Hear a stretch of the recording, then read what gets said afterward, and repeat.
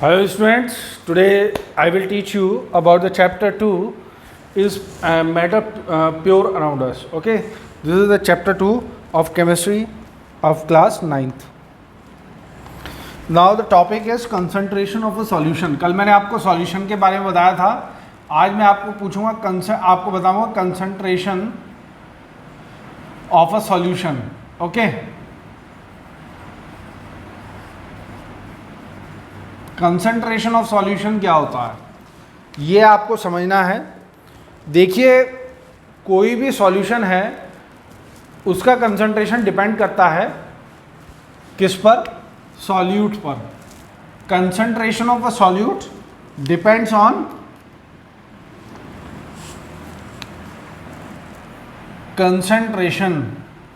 Concentration of solution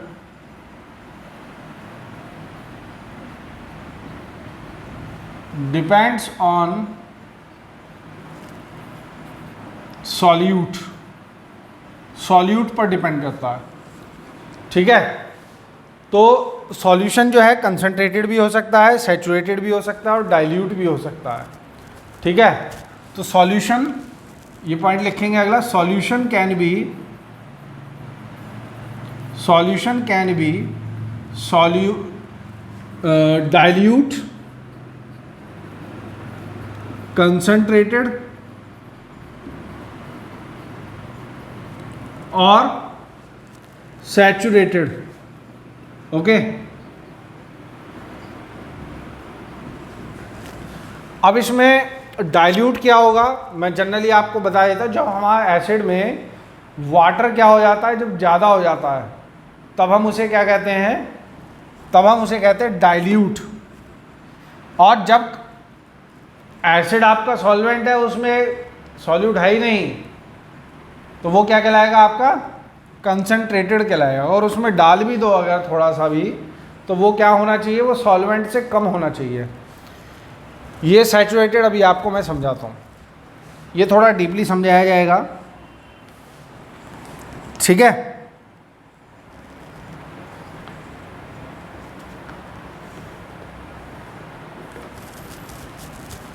तो saturated solution क्या होगा ये मैं आपको बता देता हूं।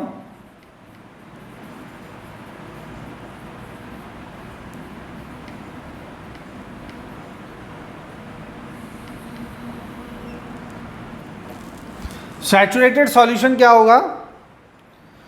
एट एनी पर्टिकुलर टेम्परेचर, या हम कह सकते हैं when no more solute, when no more solute dissolved, when no more solute can be dissolved in a solution, can be dissolved in a solution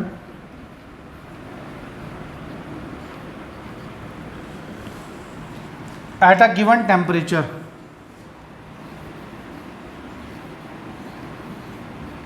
at a given temperature,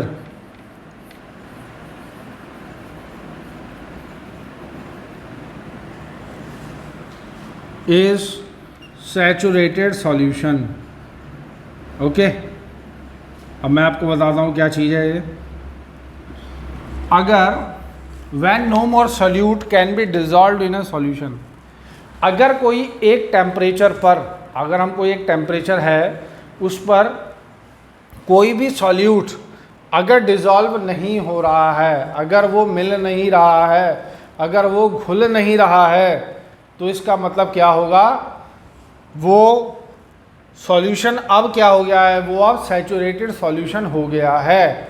कोई particular temperature पे कोई भी आपका salt या वो solute अगर dissolve नहीं हो रहा है, उससे ज़्यादा नहीं होगा, तो इसका मतलब क्या है कि आपका सैचुरेटेड सॉल्यूशन हो जाता है। अब आपका इसका सीधा सीधा एग्जांपल मैं आपको समझाता हूँ कि जैसे मान लिया जाए आपका कोई टेम्परेचर है, उस पर जो है, जैसे मान लिया पानी है, पानी को आपने गर्म किया, उसमें चीनी डाल दिया, अभी भी चीनी क्या है? घुल रही है। फिर और चीनी डाला, फिर भी झुल रही है उसमें आपको, यानी कि चीनी के जो दाने होते हैं वो आपको अभी भी नहीं दिखाई दे रहे।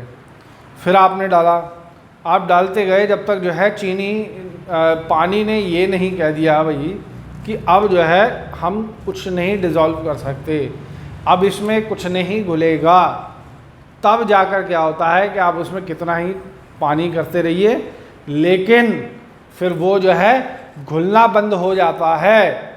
वो क्या हो जाता है? घुलना बंद हो जाता है। तो ऐसी सिचुएशन में हम क्या कहते हैं? Saturated solution. ठीक है, तो ये मैंने आपको बताया कंसंट्रेशन क्या होता है, डाइल्यूट, कंसंट्रेटेड, सैचुरेटेड, तीनों मैंने आपको बता दिया है। कंसंट्रेशन आपका सॉल्यूशन डिपेंड करता है सॉल्यूट पे। अब हम आगे आते हैं कि कंसंट्रेशन ऑफ अ सॉल्यूशन क्या होता है, ये हमें पता होना चाहिए, है ना। तो concentration of the solution, concentration of the solution is the amount of solute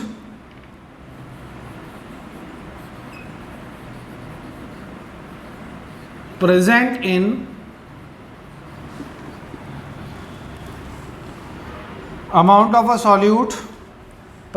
in given amount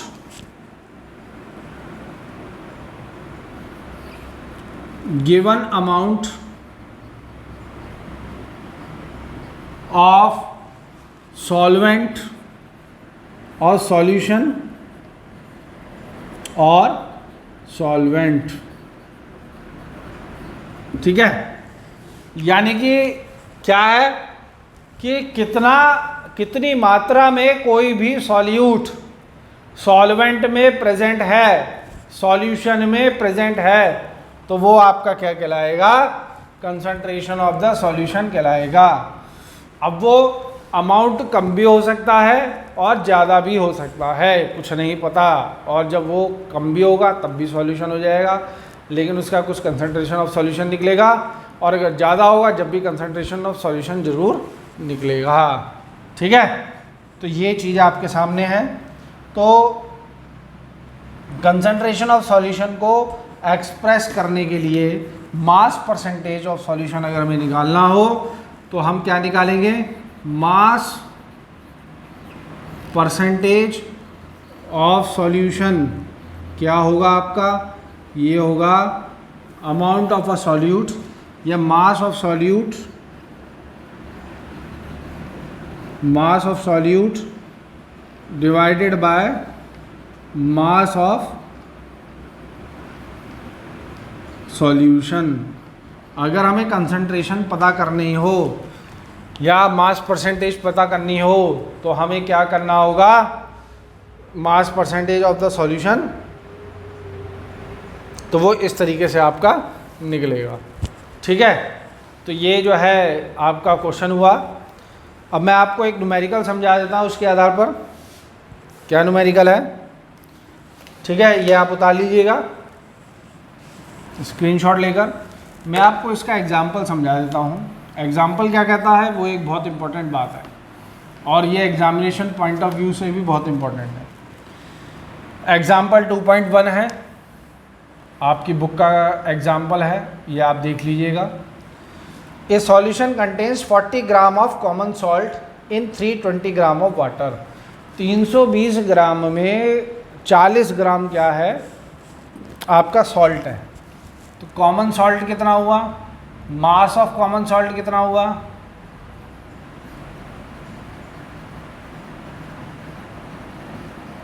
वो हुआ 40 ग्राम। ओके, और मास ऑफ वाटर का मास कितना हुआ आपका? 320 ग्राम। और मास ऑफ सॉल्यूशन कितना होगा? मास ऑफ सॉल्यूशन क्या होगा? सॉल्यूट प्लस सॉल्वेंट अगर हम कर दें तो क्या होगा आपका? ये आ जाएगा आपका 360 ग्राम। ठीक है, अब वो ये पूछ रहा है mass percentage of the solution. ठीक है, मास परसेंटेज ऑफ सॉल्यूशन क्या होगा? Mass percent of solution is equal to mass of a solute. Mass of a solute क्या है 40 अपॉन 360, ठीक है। और जब मास परसेंट निकालते हैं तो इंटू 100 करते हैं, तो 40 4 9, तो ये होगा 100 अपॉन 9, जो कि आपका आ जाएगा 11.1%। तो इसमें जो है सॉल्यूट का जो कंसंट्रेशन है, कंसंट्रेशन ऑफ सॉल्यूशन कितना है 11.1%, ठीक है। तो ये इस तरीके से आपका ये क्वेश्चन सॉल्व हो जाएगा। तो आज के लिए इतना ही। अगर कोई प्रॉब्लम है तो उसे आप कमेंट बॉक्स में लिख दीजिएगा, उसको मैं सॉर्ट आउट कर दूंगा, ठीक है। आज के लिए इतना ही, थैंक यू।